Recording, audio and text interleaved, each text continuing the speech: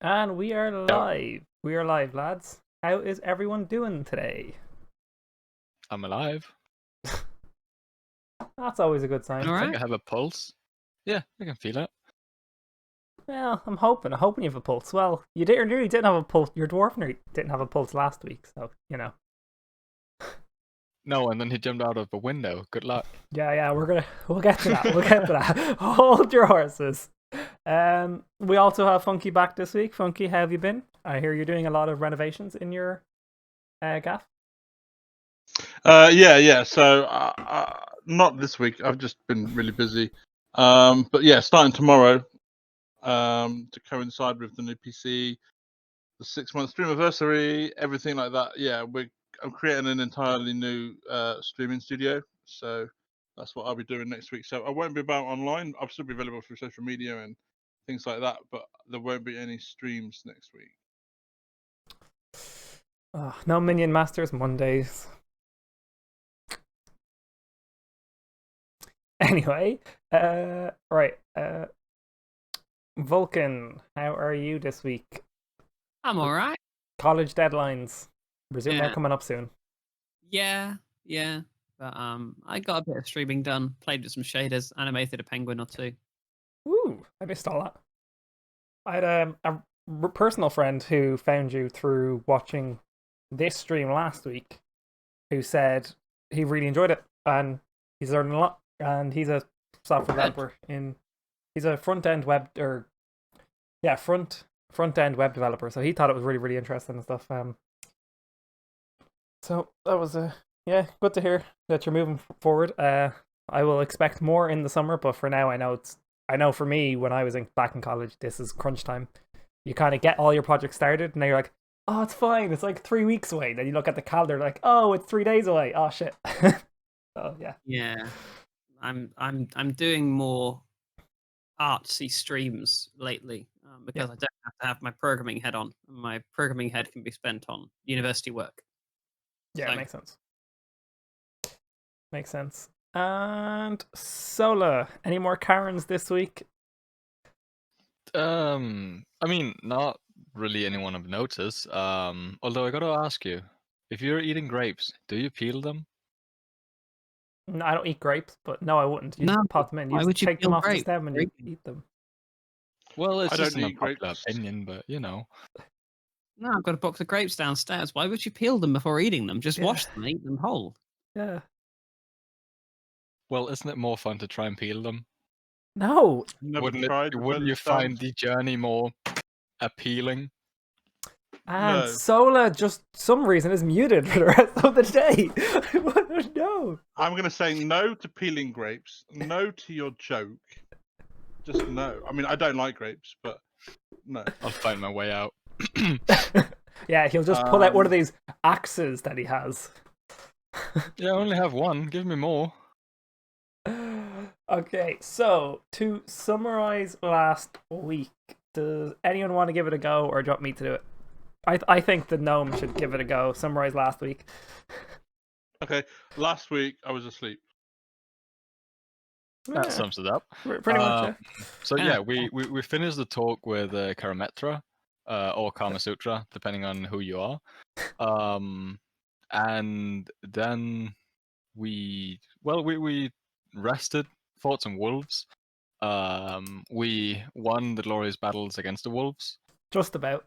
Very close. Well, it wasn't that close. If Everything I was under hit on the control. if I hit the last shot against the wizard, probably would have been over. And if I had crit failed my roll, I wouldn't be here now. Anyway, and we we went looking for pirate's chest, His magnificent because it is valuable to him. And we found out that John is hiding it because we've now been speaking it up to withhold some hidden treasure that he doesn't want to share. Leaving us at the tavern with me jumping out the window for no apparent reason, while Adrian is walking casually out the other way without the chest. Yeah, Adran just decided to go, I'm just going to walk out before this gets ugly. Yes. So, unless anyone has anything they want to say, we So, will just to be clear, you decided of your own free will and volition to jump out the window. It was either that or walk out the door. Which one do you choose? Well, I don't understand why is walking out the door not a thing? Why is that a problem? He was getting some aggro from John, who he knew was blatantly lying to him, but he didn't have a way of calling him out in it. So he said, "Well, if you're not going to let me look in this, I'm going to jump out the window." And they jumped out the window. Pretty much. See, I'm saving Okay. money by walking out the door and not having to pay the. But surely, like, collateral I damage don't know. fees. I mean, I don't know. I would have been like more like, if you're not going to tell me the truth, I'm going to throw you out the window. Go in. If you don't tell me the truth, I'm going to jump out the window. Yeah, But If I was the starting a bar barman, fight seems bad. I'm the. No, And you've been. jumping out of a window for no reason isn't. Yeah, but Gnome, you would know these things. You're used to getting into scuffles and people catching on your lies. He's a monk. He just presumes people are just more noble than you. People don't catch my lies. I'm too good at it. Yeah, And I'm yeah. not, therefore I choose windows. But I still don't get it. You weren't there, man. You weren't there. You wouldn't know. You wouldn't know. No, I genuinely don't understand. It's like, he doesn't believe me. Okay, Well- I'm gonna jump out the window. Well, It seemed like the right thing to do in the moment. If you would like to Don't find out ruin the it. full story of what happened, you can check out the replay on my YouTube channel. plug. I'm good. He jumped out the window because he's an idiot. He could have just walked out the door. So, I can't remember the full length of the end of the conversation yesterday because I usually try and watch the last part of an episode, but I was too busy yesterday when I was editing. So, you jump out the window in the middle of the afternoon, which causes a almighty crack. So it was a massive plane of window, but being that it's just a single plane, it snaps relatively easy. And being a monk, you get out scot-free pretty much. You like barrel roll, survive, not an issue. Adran is just slowly making an exit out. No one's really paying attention. Everyone is fixated on you, being that they're all hungover, and you just have to making a massive thing. I remember why I jumped now. The guards were on the way, and I didn't want to run into them in the door, therefore window. That makes sense. See? I was going to bring up that point that John was not very happy. Judy said, if you don't leave or his stuff alone, he's going to get the guards and they'll deal with you. You're banned from this place. So you chose the window. But yes. So John sent someone out a few moments before to go get the guards / he was going to do that. But hearing the massive crack in the window and being that it's the afternoon, while Tibbs grabs his dice really quickly, John shouts, "Get back here! You have to pay for this. You'll never be allowed back in this place ever again. I don't forget a face." And that was where I said last time, you forgot my face once, you can forget again. And I think that was the exact headline we had. So there is 3 guards in or around the area towards the front of the building. So you are, if we look at the map where you are, the yellow was where you saw the chest. Adran is just sauntering out the door, hoping no one realizes you're together. And the 3 guards are coming from, I'm just going to draw to make our lives easier. Like, they're in that general-ish direction, and when they hear the window crash, instead of them walking, well, I say there's 3 guards. There's 3 guards walking by themselves, and then when they hear the crash, they kind of are coming to each other and moving towards this general direction, and they're kind of teaming up, sort of thing. I don't know if you have this expression in, for some reason I was going to say Netherlands, but yeah, that in here we call them guards on beat, which means walking around, just walking up and down the street, keeping order and stuff. They don't really do much. They're just there to show a presence. Something like that. Yeah, so you're gonna go. That's what I was gonna ask you. You're gonna run. Are you gonna run, walk, saunter? Well, I wanted to ask if the way I've pointed, is that like the way out of town, hence the forest and shit, or? Kind of. So we can go to the big map.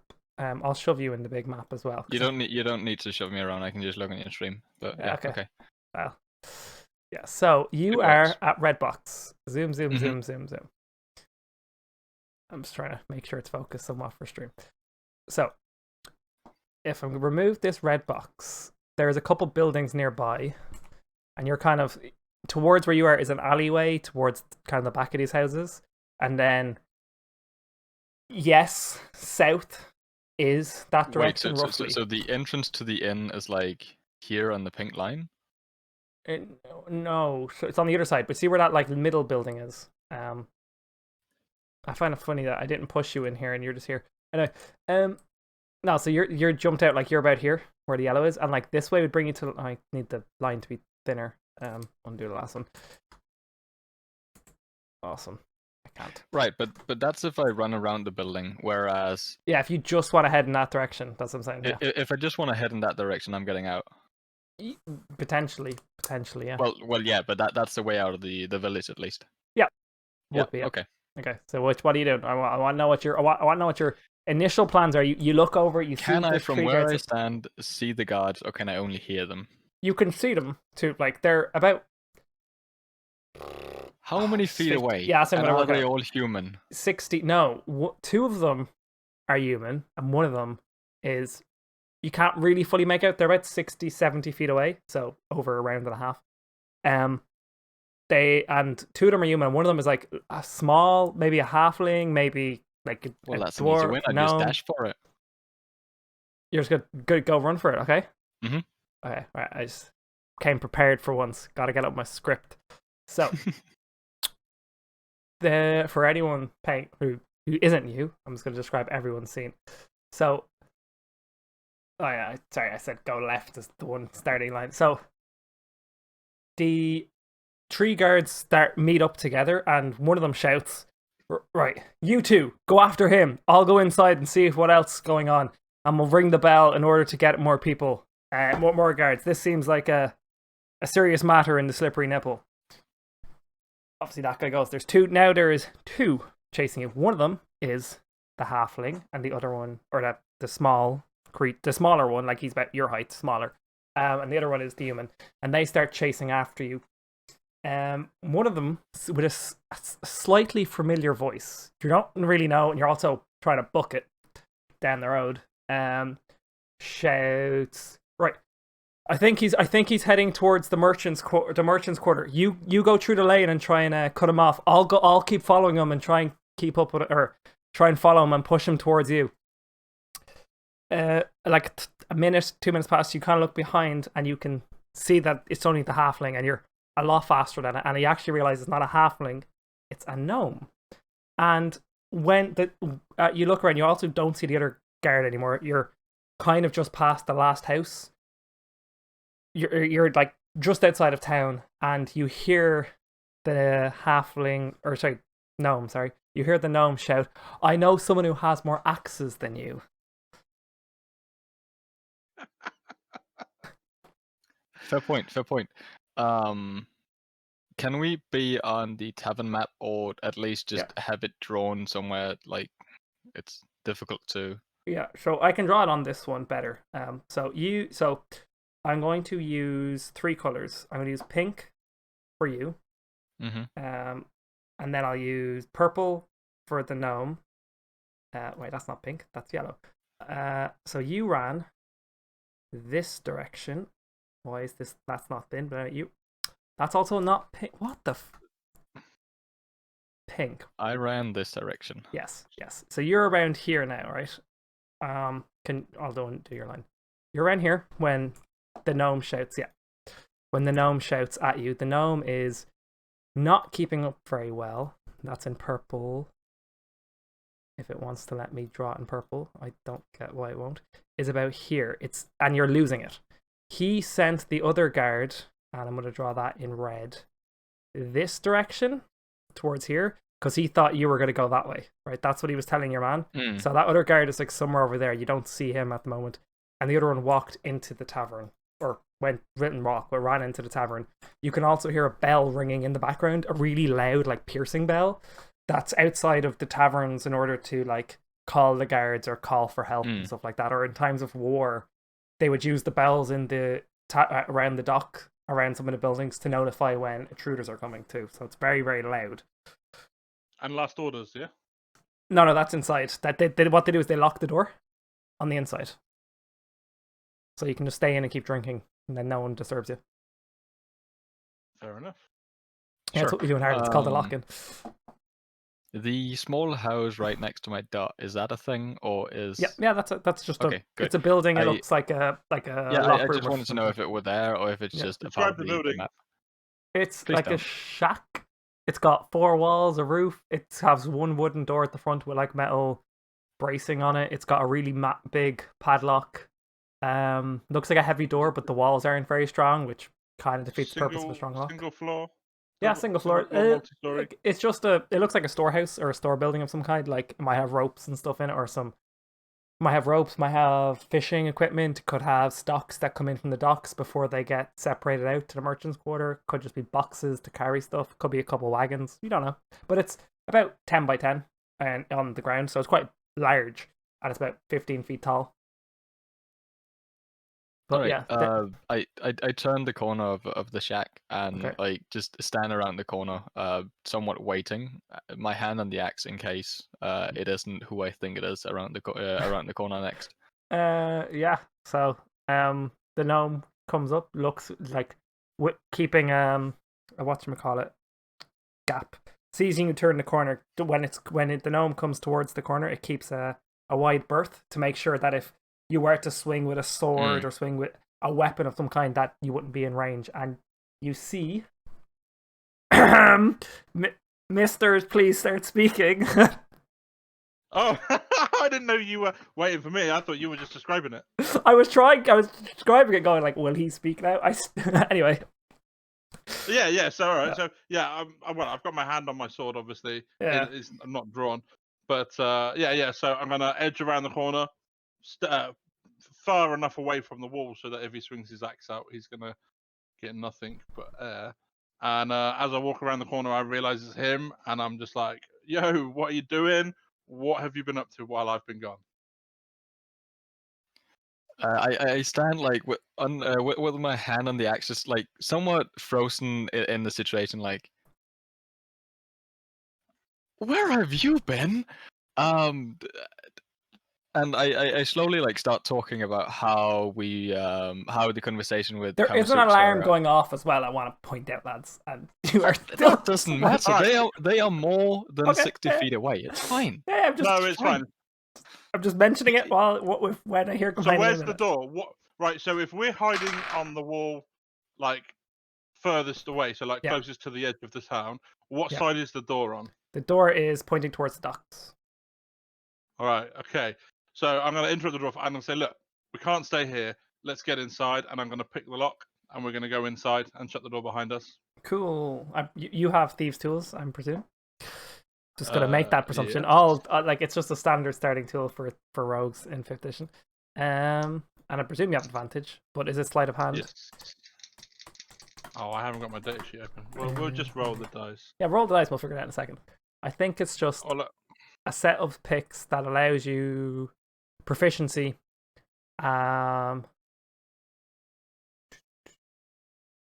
Yeah, proficiency. So you roll 2 of them anyway. Mm-hmm. An ability check, which Where is I presume is sleight of hand, unless there's something better. The tool should be a skill roll for itself. But he Well, gets to add dexterity and his proficiency bonus if he is proficient with it.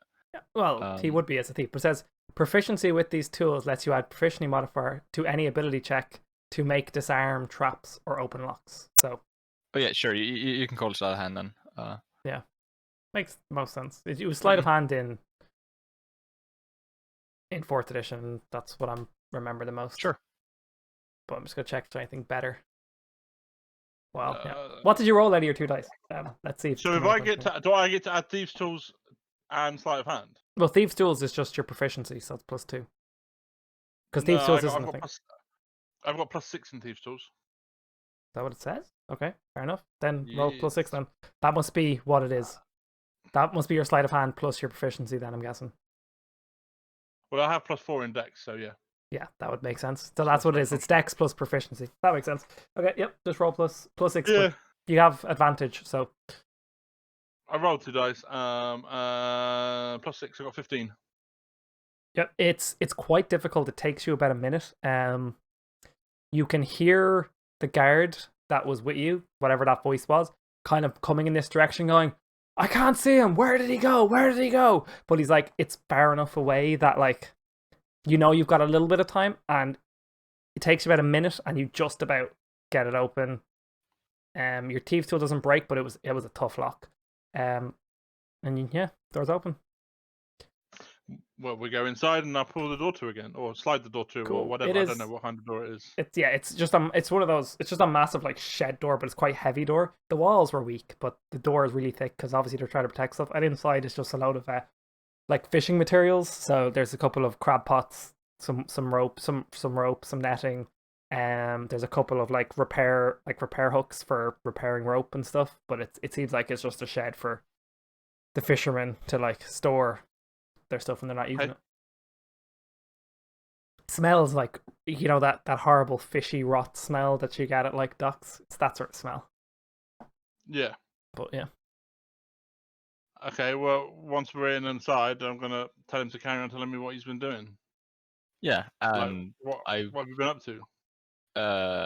well, I'd first explain how the fight with sorry, not the fight, but talk with Kamasutra went, and basically the recap of everything that happened from when he got snapped away to like the time moving forward 50 years into here when I jumped out the window, keeping him up to pace with just about everything. I don't think there's a detail I keep hidden from him.